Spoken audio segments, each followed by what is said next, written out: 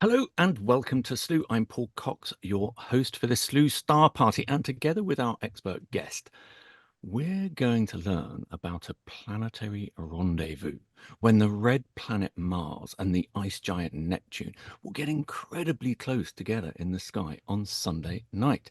Now, over the course of the next 15 minutes or so, we're going to learn about this type of celestial event, which is known as a conjunction. And we'll also discuss the related phenomenon named an appulse and the difference between the two. Now, if you're new to Slooh, we'll tell you a little bit more about that. We'll actually show you how to schedule the telescopes later as well, and show you how students and members control Slooh's mountain-top robotic telescopes as they learn about astronomy with our interactive Quest learning activities. And don't forget, it's not just about school students who can use Slooh's telescopes. Homeschoolers and space enthusiasts can also join our wonderful community. But anyway, let's get on with it. This is the conjunction. I am delighted to be joined today by long-time Slooh member and educator Keith Wozaleski, who is our expert guest tonight. Hello, Keith. Welcome to the Star Party. Hello, Paul. Thank you so much. It's great to be here. It is. It is. Right. Come on. Let's get straight into it. Let's start off with hopefully an easy one. What is a conjunction? What makes a conjunction? All right. Well, a conjunction actually is a definition that we talk about when two objects in space approach one another. So when we talk about conjunctions and appulses, we're talking about objects in the night sky that are moving. One is either moving past a stationary object like a star, or it's moving past an object that is moving slower than it is. And that's what we have here happening with Mars and Neptune. So what are Mars we looking at here then? Well, we're looking at what is going to happen at the moment of conjunction. Mars is passing through its path through the night sky, and it will share with Neptune a series of coordinates that we call right ascension. So the moment of conjunction is when Mars and Neptune are aligned on this celestial address that we call right ascension. And that's exactly what's happening here. Mars is going to pass Neptune, and they're going to share this numerical address in the night So sky. so that's quite a big bit of jargon right there, right ascension. Can you kind of explain what that is? Sure. So when we think of the Earth, everything on the Earth is mapped out. If you look at a globe, we have latitude and we have longitude and we have an equator. If we were to somehow be able to project that into the night sky, we would have what we see in this grid. We have a celestial longitude, we call that right ascension, and we have a celestial latitude, and up and down, and we call that declination. So Okay. here, Mars and Neptune are sharing this line, and that line is the right ascension line, and the declination is not shared. And the distance between the two, the minimum distance that we have, is what we call the appulse. So we have kind of two different things going on here, and they're a little Okay. bit different. If we go in here, we will see, if we look at some of that information in the corner in Stellarium, we can see that the right ascension at this particular time is 23 hours, 56 minutes, and 35 seconds.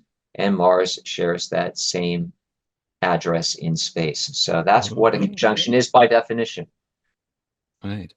So this is remind us the day and time that this is happening.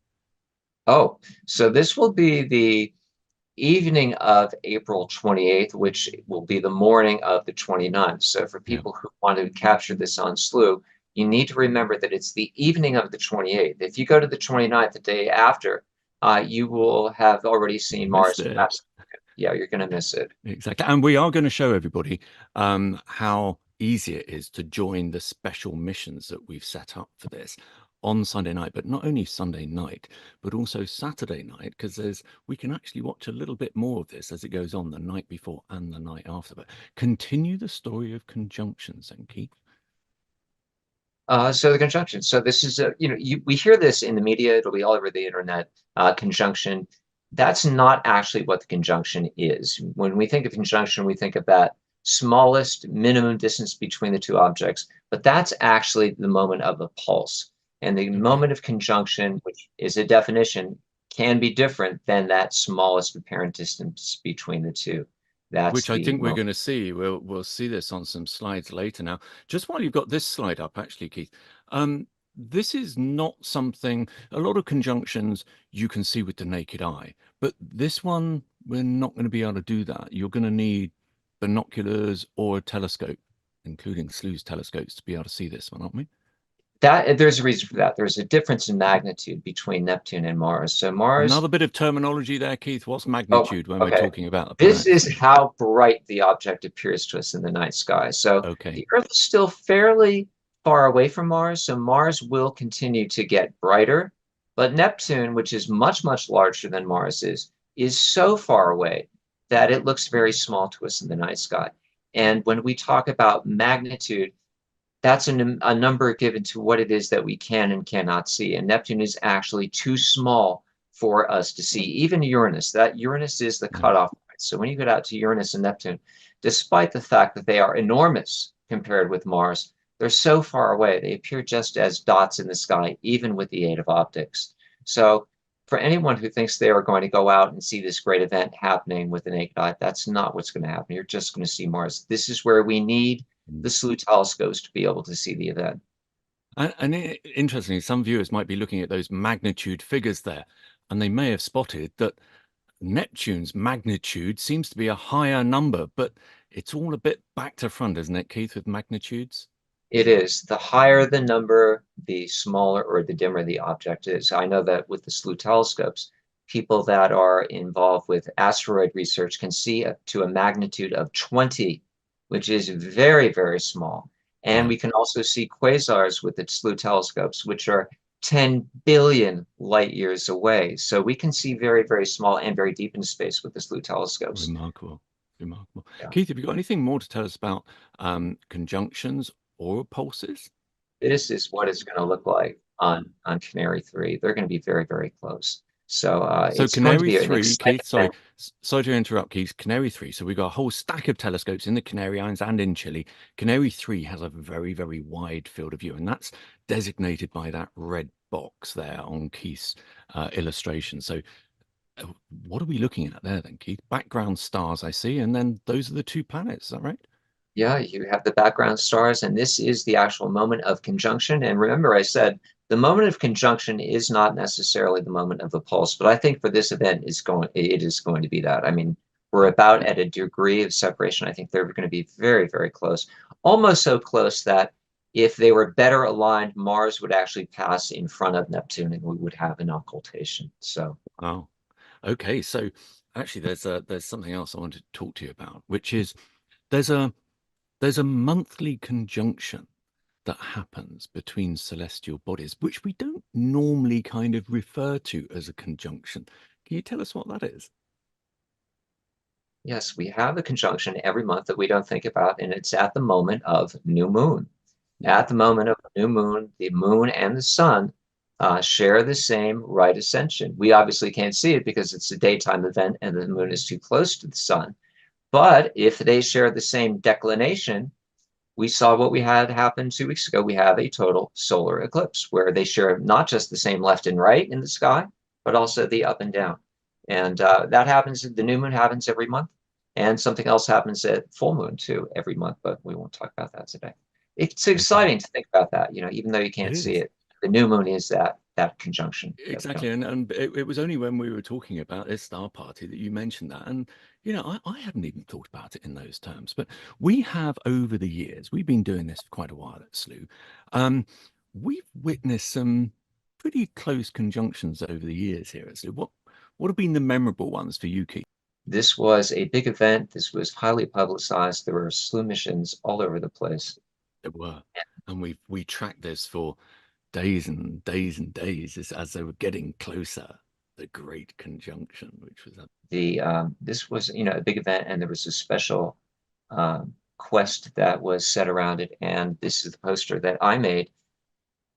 One of those things that we didn't think would be possible, but I mean to see Jupiter and its moons and Saturn and details on Jupiter yeah, and the rings of Saturn, it almost doesn't look real. But it this is doesn't. exactly what came through these Slooh telescopes. Just amazing, amazing event. It was. How about any others? There was another one as well, wasn't there? There was Slightly this longer ago. came up as an observation that somebody had posted. that Wow. they weren't even looking for an appulse or a conjunction. They were looking for moons around Saturn, and they posted this image, and they weren't even really sure what it was. And I looked it up, and this is Mars passing Wow. Saturn on its journey through the night sky. So I think we missed the moment of conjunction, but we definitely have Yeah. a type of pulse here where the two planets Yeah. are very, very close together. And what an amazing shot. And this will It happen is. with Mars, throughout the month as it makes, or I'm sorry, throughout the year as it makes its Mm. way through the sky. It's going to pass a whole bunch of different things. So, Keith, that is the event, but what can you tell us about these two planets that are heading towards this rendezvous on Sunday night? Sure. So, Mars is our closest neighbor after Neptune. So it's the last of the four inner planets. It's a terrestrial planet. It's rocky and has, dust storms, and it appears red because Mars does have an atmosphere, and that's what causes the iron in the dust to oxidize and make it red. But it's the last terrestrial planet. Neptune, on the other hand, is at the very edge of the solar system, and it's made primarily of gas. If you send a rover, you'd be able to land on Mars. Neptune, no, that wouldn't happen. It's mostly gas and frozen material like ammonia and methane, which gives it that beautiful blue color. Yeah. And there's a huge difference in size. Mars is smaller than the Earth is. Neptune is almost as big as Jupiter. It's a gas giant, very, very large. Mm. But again, looks small to us because it's so far away. Does. And we do get some fabulous views of it through Slooh's telescopes. Mars, I always think, is can be slightly disappointing, can't it? Because it's only when conditions are really favorable and when it's really quite close to Earth in its orbit that we really start picking out some details. Didn't you have a lovely animation that you're one of the members had created of Yeah, let's Mars take a look at spinning? That would be great to have a quick look at let that. me, uh, and then, as you said, Mars, not a whole lot to look at. But when we come into opposition to the planet, when the planet is closest to us, we get to see detail. Unfortunately, in this end, we don't get to see the polar ice caps. That's one of the features that we love to see when we see Mars. Yeah. But we do see some of these striations and these dark spots and lighter patches on Mars. That's absolutely fabulous. So that's taking a whole stack of images through the Slooh telescope and then turning them into And turning it an into an animation. animation. Yeah. Yeah, A I lot of love that. times we don't get to see detail on Mars because Mars has these horrible dust storms. So a lot of times it's just Yeah. kind of clouded out. Oh, I But remembered. Yes, a few years ago we were really looking forward to the opposition, and then bang, global dust storm on Mars. Just yeah, we couldn't see any detail. It was so disappointing because we'd waited so long for it. But anyway, Keith, before we show viewers how easy it is to join these special missions that we've set up, have you got anything else that you want to tell us about this event on Sunday night, the conjunction between Mars and Neptune? I think I just want to encourage everyone to make sure they start early enough on the evening, I think, of the 27th, and look for those special missions. Again, these are early in the morning. Yeah, So if you don't look for them on Slooh, you're going to miss them. And I think it's going to be something that you don't want to miss. So it it's is. very So exciting. exactly. And this kind of thing is always a little bit nerve-wracking for me because we've had to set these special missions up. And as you said, Keith, Mars is really quite bright, Neptune's not so bright. So it's going to be, and these objects are very, very low on the horizon at the end of the night. So I'm just crossing my fingers that we're going to get some good images, but maybe we can show viewers how to join these special missions. So if you're a Slooh member, all you've got to do is log in. Studio's going to bring this up in a sec. Yep, so there we are. We're in the Slooh dashboard, and then we go off to schedule missions. So this is how everybody controls the telescopes. And then we go over to the telescopes tab by telescopes. And let's pick the Chile 2 telescope and let's hop forward. So we're going to talk about the field of views after this, but this is how easy it is. So if you hop forward to Sunday, if you can get to Sunday when these special missions are set up. So Sunday night is the best night for this because it's when both planets actually fits into the field of view, the amount of sky that all of the Slooh telescopes cover. We've got some special missions the night before and night after using one of the telescopes with a very wide field of view. So we're going to be able to see that. But anyway, you go to Sunday, Chile 2 is going to be the best telescope, I think, for this. So scroll all the way down to the end, and there you'll see all of these special missions that we've set out. 2024 Mars-Neptune conjunction. All you have to do is click on those three little buttons and say, join this mission. If you're new to Slooh, a mission is a 5 or 10-minute slot where one member is controlling the telescope and pointing it to a specific object. But all Slooh members can watch all of the live image feeds from all of the telescopes and snap their own images. Yes, press that join mission button, and I hope our events manager, Gretchen, is going to schedule lots more of those as well. So I talked about these fields of view. So let's have a little look at this. So on the night of the 27th, so here we go. So that says the 28th, but it's the night of the 27th. So this is Saturday night. And what we can see here is all those blue boxes are the fields of view, how much sky, in other words, each of the Slooh telescopes can cover. So you can see the big one there is the Canary 3 Deep Sky Telescope. We usually use that for really big objects. And in there, you can see that on Saturday night, Neptune's in the middle, but you can see that Mars down on the bottom right-hand corner is also going to be within the field of view. Then if we hop forward to the big night of conjunction, so the night of the 28th, so the morning of the 29th, and there we can see the two planets are so close together that they even fit within the telescope field of view of our smallest field of view telescope, which is the Chile 1 wide field telescope. I know it says wide field, but actually it's a very, very narrow field. It also means that both planets are going to fit within the Chile 2 telescope and the Canary 1 telescope and the Canary 2 telescope fields of view as well. Then when we hop on, we got an extra bonus night. So here we go. We're on the night of the 29th now. And you can see we've still centered these missions on Neptune, but you can see we're just going to capture Mars. So you saw that animation that Keith shared earlier. If you manage to snap images from Canary 3, the previous night, the night of conjunction, and the following night, you're going to be able to see both planets moving. Mars is moving a lot faster. Neptune will still see moving slightly. So make sure you join all of those special missions that we've set up. There's more on Chile because the planets are higher in the southern hemisphere at this time of year. In the Canary Islands, I think there's only about 1 or maybe 2 missions at the end of the night. So this is where it's really nerve-wracking. But who knows? It's live astronomy, so anything can happen. But anyway, I hope we get some clear skies for this absolutely fabulous event. I hope you can join us. By the way, if you're not a Slooh member already, please sign up either as an educator, bring your school kids in, your students in, and you can do the Quest learning activities. But don't forget, homeschoolers and space enthusiasts as well can join. And that's how we all got here, isn't it, Keith? So you've got a marvelous community of space enthusiasts that, have you got a star party tonight? A community star party tonight? No, we're on a 2-week schedule now, so I think we'll do it next week. Okay, so that's going to be a great thing. So if you do join up for the conjunction so that you can grab your own images of the conjunction, plus all the other amazing things that we can see in the sky at the moment, then make sure you hop over to the members-led star party next week. I think that is about it, isn't it, Keith? Any last thoughts?